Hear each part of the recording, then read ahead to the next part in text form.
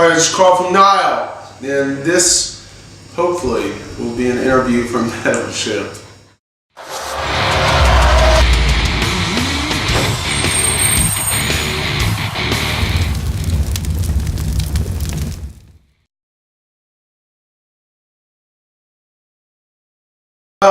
Well, Nile's been together 20 years now. We got together in '93. It was built from the ashes of another band called Mariah. We persevered for many hard, long years until we hooked up with Relapse Records, and we put out Amongst the Catacombs of Nile. Well, gosh, there have been many key turning points. A big one would be right after the Nifron album came out. We got the opportunity to tour with Morbid Angel, and that really helped us. It basically put us on the map. We did so well on that tour that they invited us back for 2 more American tours. It's pretty unheard of. And that really helped set us off and launch us in the States. Well, the solo project that I do, it's quieter music. And it really started because after doing lots of death metal tours, where you get 4 or 5 death metal bands every day, plus sound check, by the end of the tour, I was sick of hearing big, loud death metal. So I wanted some quiet music to relax. So I started just writing, quiet things and recording them. And I let the owner of Relapse Records here, Matt Jacobson, and he said, you know what, a lot of people would like to hear this too. You should share this with people. So we decided to go ahead and do it, and I've since done a second record as well. Well, it's certainly not death metal by any means, and Nile is most definitely a death metal band. There's nothing death metal about my side project. It's exotic and it's dark, but it's quiet. Yeah. First the name, and then the idea, and then the context. Okay. Probably this historic aspect. I always had a casual interest in it. And when someone suggested to us that, hey, why don't you guys call your band Nile, you like playing all that Middle Eastern sounding stuff.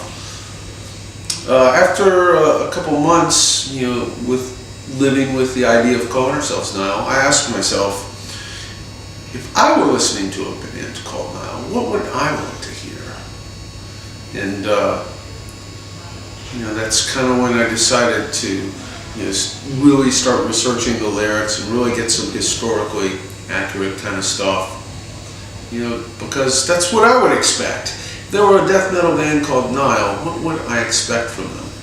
Well, I'd expect them to be writing some stuff about ancient Egyptian stuff. It's really kind of simple. At the gate of Sethu, it has to do with a gate in the 10th hour of night in the Egyptian underworld, through which the sun god Ra must pass on his way to being reborn with the morning sun again, and all the trials and forces of darkness that he has to face going through that hour of night. Sethu is this hideous underworld serpent. He's got a gate.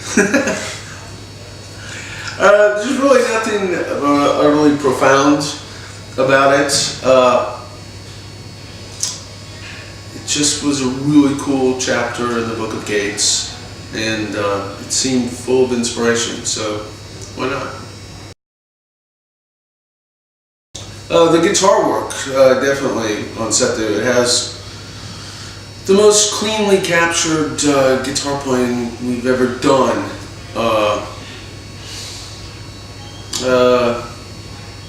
Yeah, I'd say the guitar work. Yeah. There's some incredible drumming on it as well. I'd say the musicianship overall as a whole on Sethu is fairly incredible. If you're into the aspect of Nile that's the musicianship, then wow, there's a feast of musicianship on that record.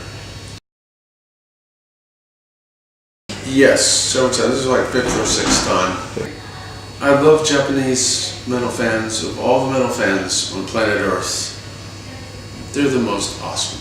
They're the most courteous and respectful and genuine of fans anywhere. I think metal fans could take a few lessons from Japanese metal fans.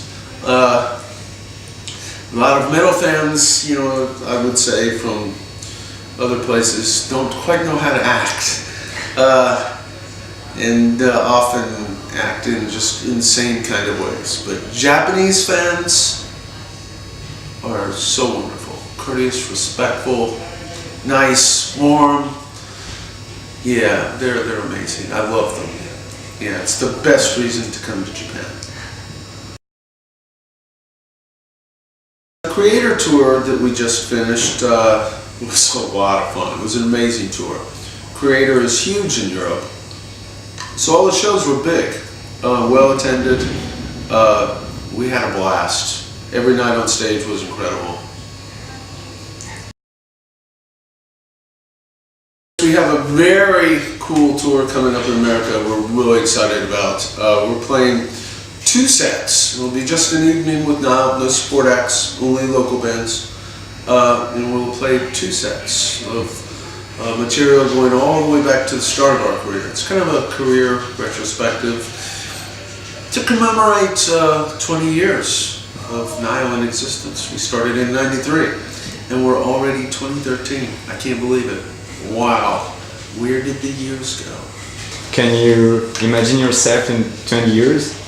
Oh. No, I can't.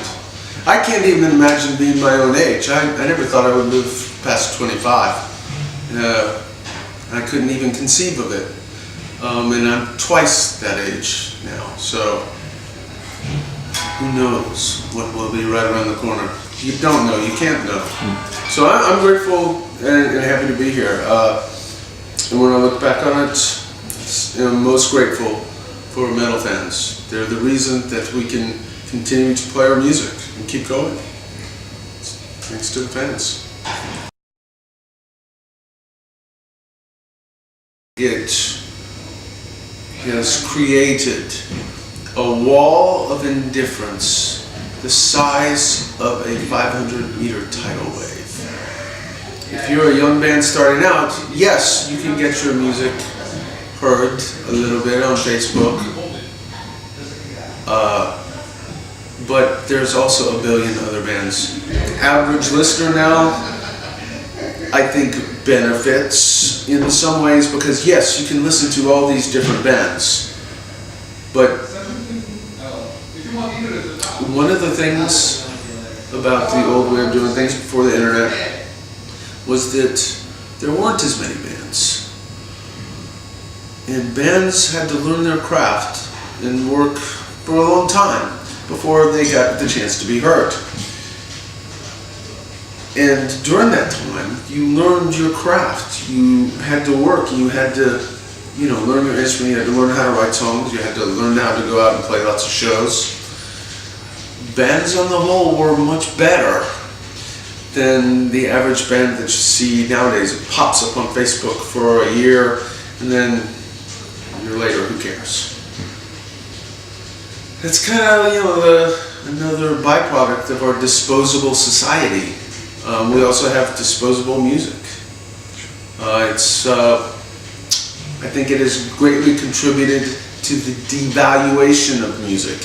People don't value it anymore. It's so easy and so accessible that it means nothing. Take a band like, say, Exodus. An incredible band that's been around for many years. Those guys really they know their fucking craft. They are incredible as a band. They write incredible stuff. They make great records. They're just incredible. An incredible band.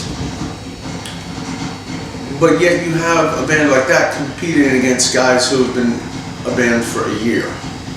Could a band for a year possibly ever hope to be as good at someone like Exodus, is it fair that they get to compete directly against a band like that?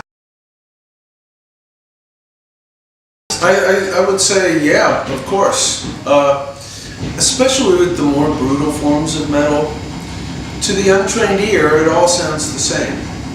So if you have 10,000 shitty bands that all sound kind of like your band, that doesn't help anybody. Well, we do all right. Metal fans, I think, are some of the most loyal fans that there are of any of the kinds of music. But even so, I mean, if you're a fan, there's only so many bands you have time for. I mean, you can't possibly listen to every band there is. It's not possible.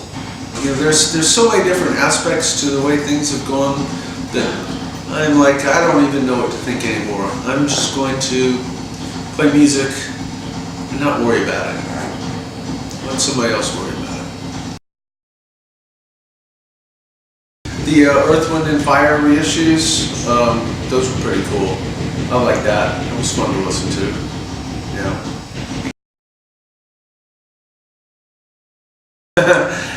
Thank you for 20 years of Nile. Well, we plan to keep on going. We love playing metal. Fuck yes, thank you.